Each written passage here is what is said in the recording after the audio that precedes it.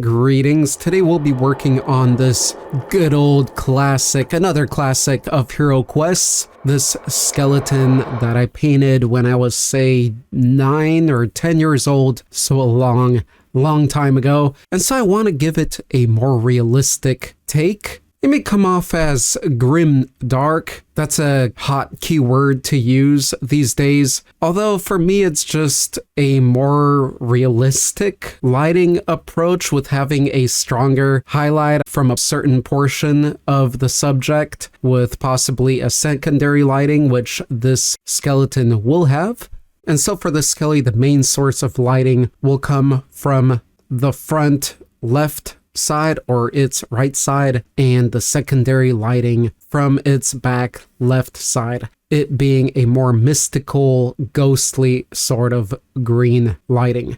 I'm using a triad layout of colors and keeping them pretty limited for this paint job. Now, a detailed tutorial on my painting process is available on Patreon, as World of Monsters was never intended to have just painting tutorials, so I keep them separated there. But bear in mind that the Patreon is also pretty much the most affordable miniature painting Patreon you can find out there, as the price is set to the minimum, which is $1 per month, and for that you get access to all my painting tutorials that are and that are to be released. So that's why I do say that it is the most affordable one out there, because I haven't seen any other miniature painting Patreon do that. And a big part of it is because this is what I enjoy doing, but I also don't want to oversaturate my YouTube channel with painting tutorials, so I have separated the videos to there for the people that will appreciate it, and even have a look around there for free as well.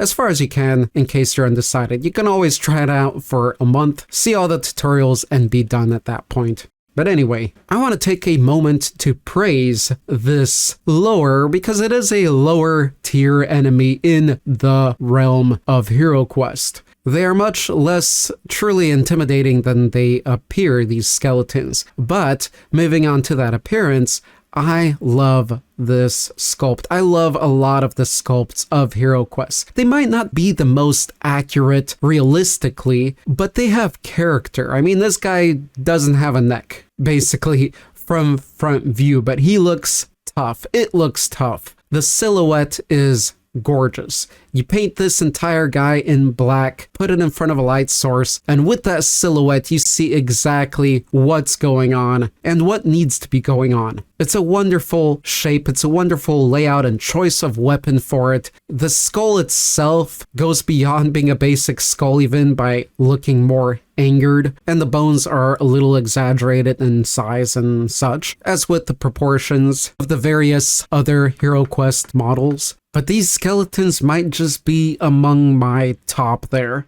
Again, simply that silhouette says it all.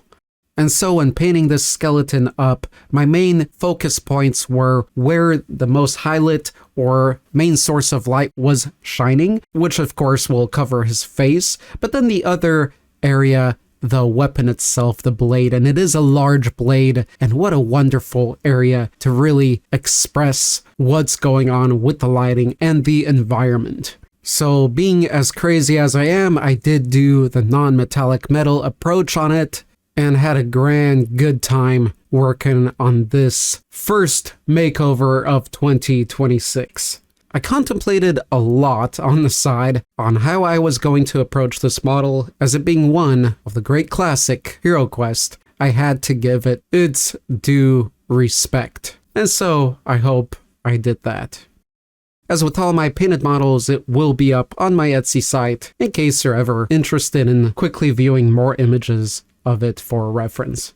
For being a tier 1 threat, I think this skeleton is pretty badass and definitely deserves at least the tier 2 quality paint job that I gave it. Who knows, maybe on the next one I'll step it up a notch. And so with that, Fimmers and Abominations, here is the Monstrous reveal.